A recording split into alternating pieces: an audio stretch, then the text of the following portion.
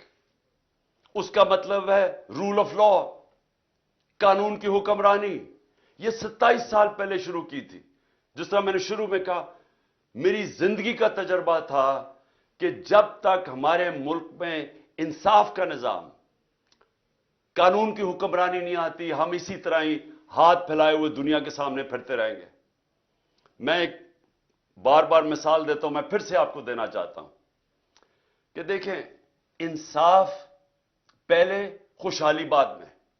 مدینہ کی ریاست میں نبی صلی اللہ علیہ وسلم نے پہلے انصاف قائم کیا، پھر خوشحالی آئی. آپ کے سامنے پاکستان کی میں صرف مثال اس لیے دیتا ہوں کہ انصاف کے انڈیکس کے اندر، یعنی جو دنیا میں کن ملکوں میں کتنا کتنا انصاف ہے، اس کا بنا ہوا ہے، ایک ٹیبل بنا ہوا ہے.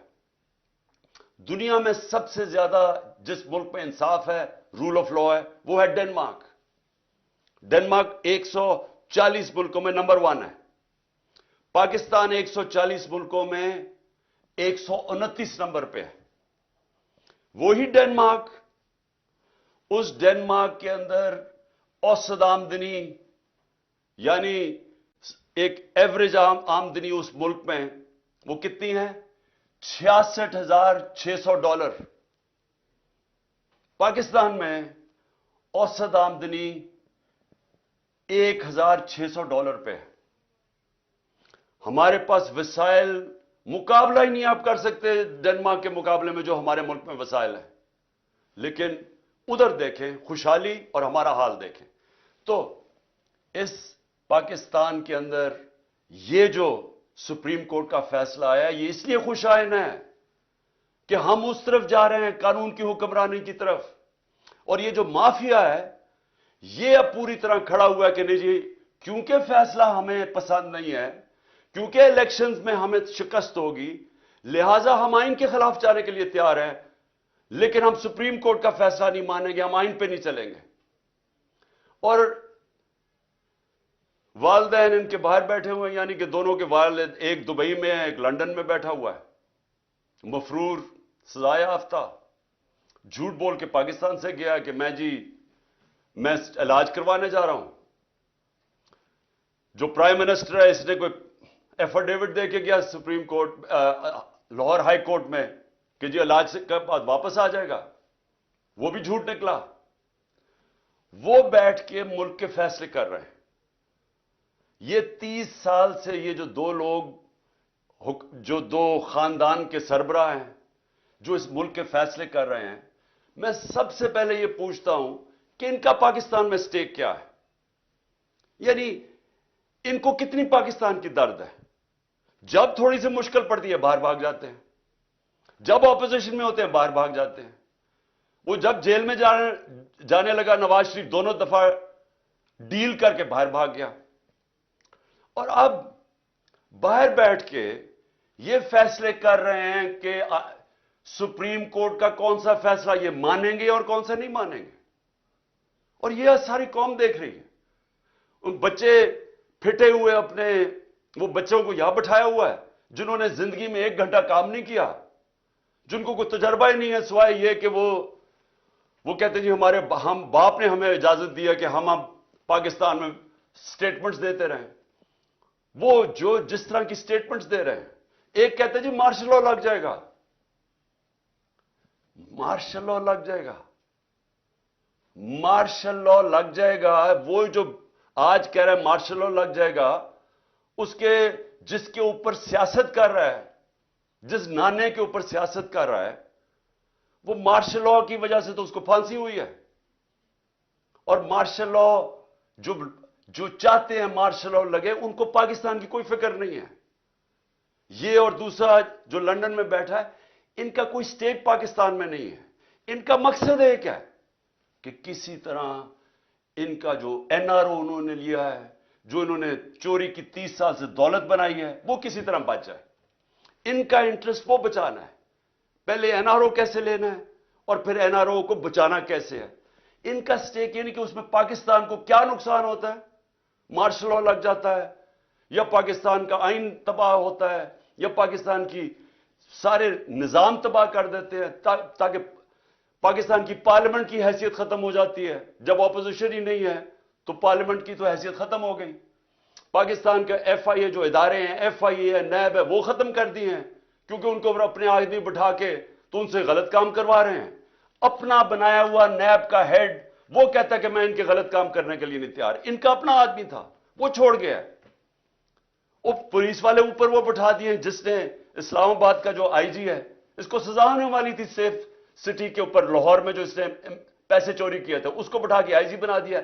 وہ لوگوں کو لے کے آ رہے ہیں اس لیے نہیں کہ پاکستان کی بہتری ہے, اس لیے کہ ان کو کیسے فائدہ پہنچ سکتا ہے, مخالفین کو کیسے دبا سکتے ہیں, ملک میں اپنا کنٹرول کیسے کر سکتے ہیں, کس طرح الیکشن میں دھاندلی کروا سکتے ہیں.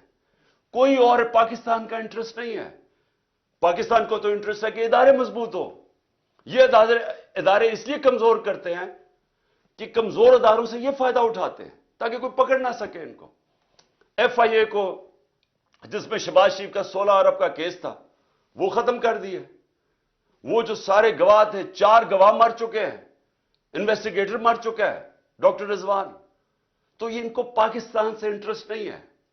ان کا انٹرسٹ ہر قسم کی یہ پاکستان کے انٹرسٹ کے اوپر کمپرومائز کریں گے اپنے آپ کو بچانے کے لیے. تو وہ فیصلے کر رہے ہیں پاکستان کے آج, اور وہ پاکستان کے آئین کے اوپر اور پاکستان کی سپریم کورٹ کے اوپر پوری واردات کر رہے ہیں کہ کسی نہ کسی طرح یہ الیکشن سے بچ جائے. میں آج جو ان کی جو کوششیں ہیں, وہ میں جو نقصان پہنچانے والی کوششیں پاکستان کی, وہ آپ کے سامنے لانا چاہتا ہوں. سب سے پہلے تو یہ کہ سپریم کورٹ کی تقسیم کر رہے ہیں, کوشش کر رہے ہیں کہ سپریم کورٹ کے اندر دراڑ پڑ جائے تاکہ ان کو فائدہ ہو جائے. ملک کو فائدہ نہیں, ان کو فائدہ ہو جائے. یہی جب 99 کے اندر ہوا تھا, جسٹس سجاد علی شاہ کا جو سپریم کورٹ کو انہوں نے اٹیک کیا تھا, تب بھی انہوں نے سپریم کورٹ کو تقسیم کیا, اس لیے کہ ایک چیف جسٹس فیصلہ کر رہا تھا نواز شریف کے کنٹیمپٹ کیس پہ. اس چیف جسٹس کو ڈنڈوں سے پہلے بھگایا اور پھر رشوت دے کے اس کو چیف جسٹس کو فارغ کیا. اب پھر کوشش کر رہے ہیں سپریم کورٹ پہ, اور ہم دعا کرتے ہیں اللہ سے کہ ہمارا سپریم کورٹ ملک کے بھلے کے لیے یہ اکٹھا رہے گا اور یہ آئین کے اوپر کھڑا رہے گا. ہم یہ دعا کرتے ہیں. اور ان کا دوسری کیا کوشش ہے کہ جو ملک کی سب سے بڑی جماعت ہے اس کے بیچ میں اور پاکستان کے اسٹیبلشمنٹ ادارے, فوج کے ادارے کے بیچ میں فاصلے بڑھائے جائیں, مس انڈرسٹینڈنگ کریٹ کی جائے, کسی نہ کسی طرح آپس میں یہ دو ٹکرا جائیں. ان کو یہ نہیں فکر کہ پاکستان میں یہ ہو چکا ہے ایک دفعہ. جب 1970 میں جو پاکستان کی سب سے بڑی پارٹی جب الیکشن جیت گئی تو تب بھی یہ کیا گیا تھا ذاتی مفادات کے لیے.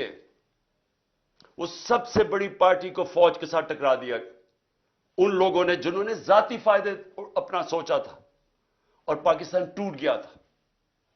آج بھی وہی کوششیں ہو رہی ہیں, ملک کی خاطر نہیں, ان کو اپنی ذات کے لیے یہ پوری طرح کوشش کر رہے ہیں کہ آپس میں ہمارا کوئی ٹکراؤ ہو, کسی طرح یہ تاثر دیا جائے کہ جناب فوج ہے پیچھے اس کے, جو کہ تحریک انصاف کے خلاف جو پوری کارروائیاں ہو رہی ہیں. جو بھی ہمارے خلاف ہوتا ہے, پولیس جب ہمارے خلاف کارروائی کرتی ہے تو پولیس والوں سے پوچھتے ہیں, وہ کہتے ہیں جی ہمیں پیچھے سے حکم آیا ہے. میری جو جے آئی ٹی بنی, جنہوں نے مجھے قتل کرنے کی کوشش کی, جے آئی ٹی کا جب ریکارڈ تو ختم کر رہے تھے, جب جے آئی ٹی کی جو فائنڈنگز تھی اس کو ختم کر رہے تھے, تو جب وہ ان سے پوچھے وہ کہ جی ہمیں ادھر سے اوپر سے حکم آیا ہے. جو میرے گھر کے اوپر حملہ ہوا وہ کہتے جی پیچھے سے حکم آیا ہے. جو جوڈیشل کمپلیکس میں میرے اوپر پوری طرح تیار کیا ہوا تھا مارنے کا یا جو بھی پکڑ کے لے جانے اغوا کرنے کا, ان سے پوچھا, انہوں نے کہا جی پیچھے نامعلوم افراد تھے. جو بھی ہو رہا ہے اس وقت کیسز ہیں 143 کیسز میرے اوپر, وہ کہتے ہیں جی پیچھے سے ہے. تو یہ جان کے کیا جا رہا ہے, اپنے آپ کو بچانے کے لیے ملک کو تقسیم کیا جا رہا ہے, اپنی ذات کے لیے کسی طرح ان کے این آر او ان کا بچ جائے اس کے لیے, اور الیکشن نہ ہو اس کے لیے پوری کوشش کر رہے ہیں کہ سب سے بڑی پارٹی اور اس کے بیچ میں جو پاکستان کی اسٹیبلشمنٹ اس کے بیچ میں نفرتیں بڑھتی جائیں. کیا اس میں ملک کا فائدہ ہے؟ کیا کوئی بھی پاکستان کا سوچے گا وہ چاہے گا یہ ہو؟ یہ چاہیں گے کیونکہ ان کا, پھر سے میں کہتا ہوں, ان کا پاکستان میں کوئی سٹیک ہی نہیں ہے. جب اربوں ڈالر باہر پڑا ہے, پراپرٹیز باہر پڑی ہیں, ان کی بزنسز باہر ہیں, ان کی شاپنگ باہر ہے, ان کا رینز, ان کی چھٹیاں باہر ہیں, ان کی سرجریز باہر ہیں ملک سے, ان کو کیا انٹرسٹ ہے کہ پاکستان میں کیا ہو؟ جب سے یہ آئے ہیں میرے پاکستانیوں, جب سے یہ آئے ہیں یہاں 1 سال ہو گیا, ڈالر کے مقابلے میں جو ہمارا روپیہ گرا ہے وہ 105 روپے گر چکا ہے. یعنی اگر آپ کے بینک کے اندر سال پہلے اگر آپ 100 روپیہ پڑا تھا تو اس کی خریدار کی جو قیمت رہ گئی ہے وہ صرف 65 روپے رہ گئی ہے. آپ کی جو دولت ہے اس کے اندر 100 میں سے 35 روپے غائب ہو گئے ہیں. ان کو کیا فرق پڑا ہے؟ ان کو تو ڈالروں میں پیسے پڑے ہوئے ہیں. تو یہاں تو ساری قوم کی دولت میں کمی ہوئی, لیکن ان کے تو اضافہ ہو گیا. ان کی جو دولت ہے وہ ڈالرز میں, ان کے تو 35 روپے کا اضافہ ہو گیا. قوم غریب ہو گئی, یہ ان کو فائدہ ہے. تو ان کا کیا انٹرسٹ ہے پاکستان میں؟ اس طرح ہی جو ہماری معاشی حالات ہیں, کبھی پاکستان میں تو نہیں, مجھے تو نہیں یاد کہ لوگ آٹے کی لائنوں پہ کھڑے ہیں. 20 سے زیادہ اوپر اموات ہو چکی ہیں لوگوں کی آٹوں کی لائنوں کے اندر. اس طرح یعنی آٹا بھی اگر ڈسٹریبیوٹ کرنا تھا تو اس طرح لوگوں کو ذلیل کر کے کرنا تھا. کورونا کے دوران 14,000 روپیہ ہم نے دیا خواتین کو. آپ ابھی سے تصویریں دیکھ لیں, ان کو اسکولوں میں بلاتے تھے, باعزت طریقے سے ان کو بٹھاتے تھے, بینک وہاں بیٹھا ہوا تھا, ادھر سے ان کو کیش دیتے تھے. نہ کوئی لڑائی, نہ کچھ, نہ جھگڑا, وہ عزت سے آتے تھے, عزت سے جاتے تھے. یہ تو لوگوں کو ذلیل کرنا ہے. اور اس سے کیا ٹھیک ہو جائے گا حالات؟ جب آٹے کی قیمت, جب آٹے 1 کلو آٹا 55 روپے کلو تھا 1 سال پہلے, وہ آج کنٹرول ریٹ 115 روپے پہ ہے, اور آج مارکیٹ کے اندر 155 روپے کلو پہ بک رہا ہے. تو جب یہ حالات ہوں گے تو کیا تھوڑی آٹے کی بوریوں سے لوگوں کے حالات ٹھیک ہو جائیں گے؟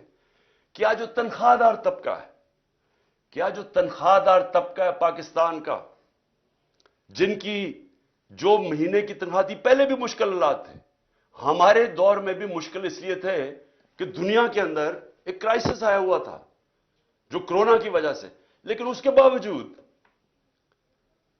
پھر بھی گزارا تھا لوگوں کا.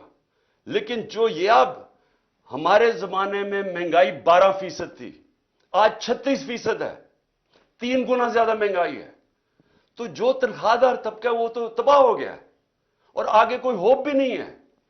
آگے یہ بھی نہیں نظر آ رہا کہ کوئی طریقہ ہے, ان کے پاس کوئی روڈ میپ ہے ان کے کیا, کیسے یہ اب ملک کو اس دلدل سے نکالیں گے.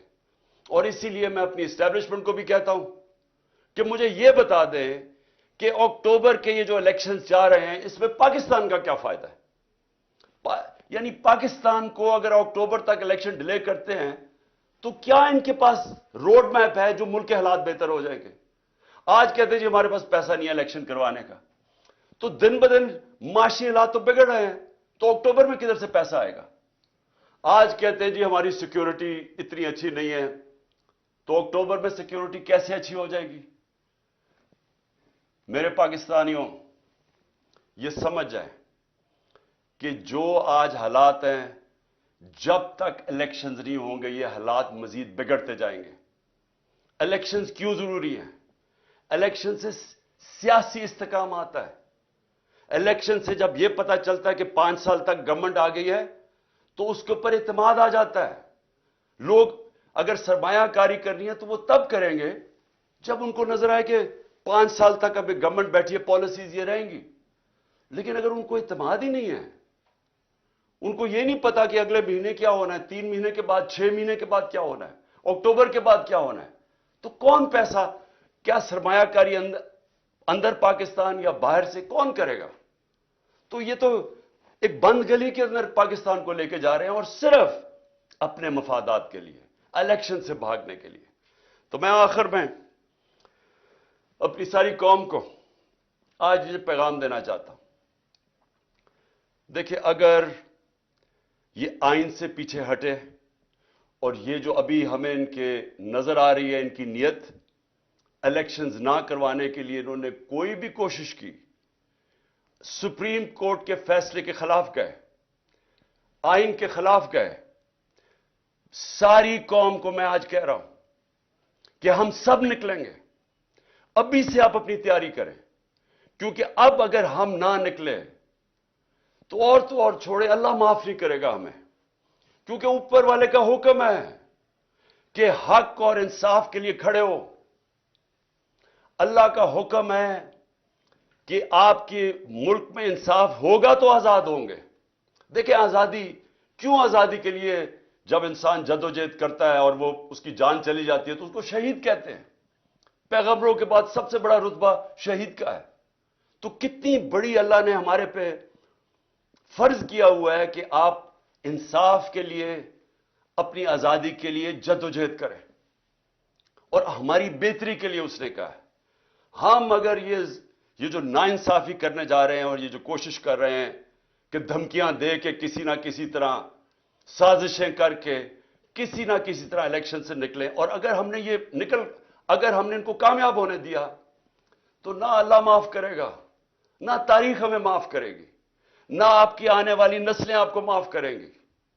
کیونکہ انصاف ہے, آئین ہے تو انصاف ہے, کیونکہ آئین بتاتا ہے کون سے قانون پہ ملک چلتا ہے. قانون آپ کی بنیادی حقوق کی حفاظت کرتا ہے. قانون بتاتا ہے کہ پاکستان میں ملک میں چلنا کیسے ہے.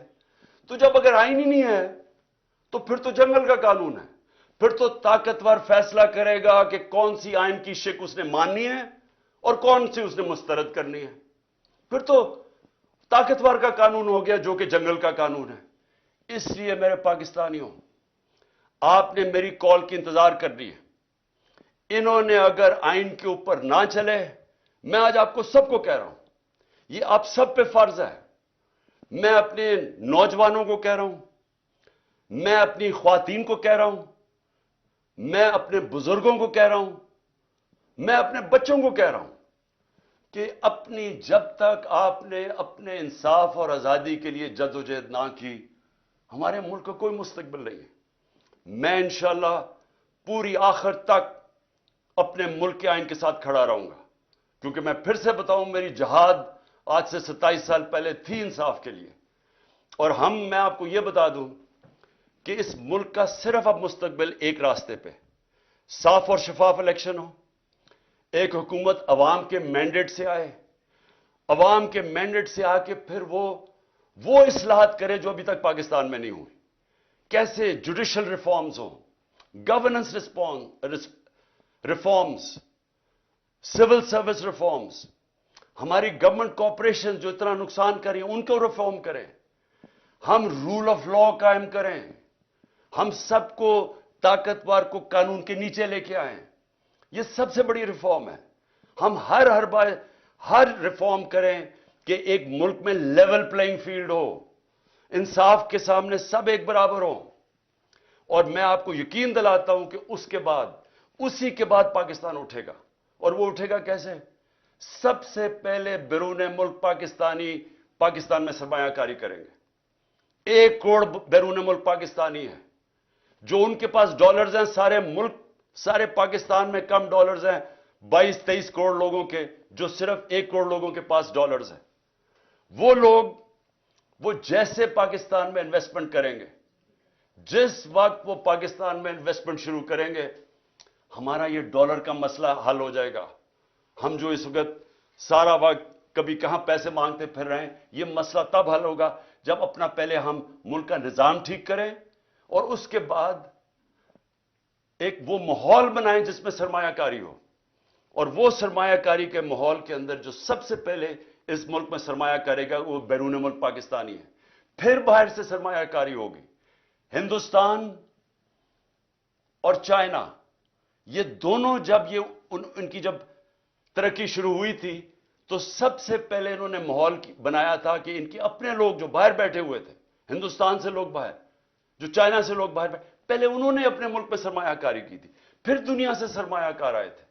ہمارا اس وقت سب سے بڑا مسئلہ یہ ہے کہ 140 ملکوں میں سے پاکستان کا رول آف لا یعنی انصاف کے نظام میں ہم 129 ہیں. جب ہم 129 رہیں گے تو یہاں سرمایہ کاری کوئی نہیں کرنے لگا. وہی پاکستانی جا کے دبئی میں پراپرٹی لے لیتے ہیں, وہی پاکستانی بزنسز دبئی میں کرتے ہیں, امریکہ, انگلینڈ, یورپ چلے جاتے ہیں. صرف 20,000 پاکستانیوں نے دبئی میں 10.4 ارب ڈالر کی پراپرٹی خریدی ہوئی ہے. صرف 20,000 پاکستانیوں نے 10.4 ارب ڈالر. آئی ایم ایف سے ہم 6 ارب ڈالر کے پیچھے اب ہر چیز ماننے کے لیے تیار ہے. اور امریکہ کے اندر صرف 16,000 جو پاکستانی امریکن ڈاکٹرز ہیں ان کی نیٹ ورتھ 200 ارب ڈالر ہے. وہاں لاکھوں پاکستانی ڈاکٹرز ہیں, اب پاکستانی ہیں, Pakistani American. 10 top Pakistani American businessman ان کی ورتھ 25 ارب ڈالر ہے. تو ہمارے ملک میں امیر ہمارے پاکستانی امیر ترین ہیں, باہر ہیں پاکستان سے, یہاں بھی امیر ترین لوگ ہیں. لیکن جب تک وہ ماحول نہیں بنے گا سرمایہ کاری کا, پاکستان میں انویسٹمنٹ نہیں آئے گی. اور جب تک انویسٹمنٹ نہیں آئے گی ہم اسی طرح پھنسے رہیں گے. ہم اسی طرح پھنسے رہیں گے جو آج ہم کبھی کہاں پیسے مانگتے ہیں اور کبھی کسی کو سے جا کے بھیک مانگتے ہیں اور اپنی عزت بھی کھو بیٹھتے ہیں. خوددار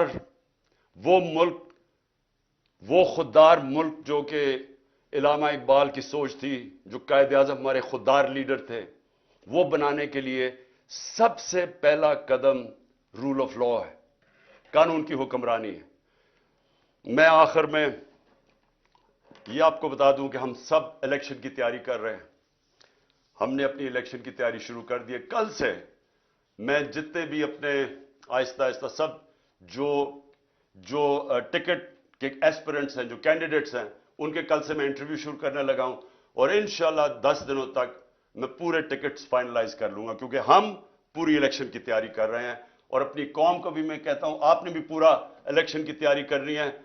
اور ہم نے کسی صورت کوئی بھی انہوں نے کوشش کی الیکشن سے بھاگنے کی, ہم ساری قوم ان کو بھاگنے نہیں دے گی. پاکستان زندہ باد.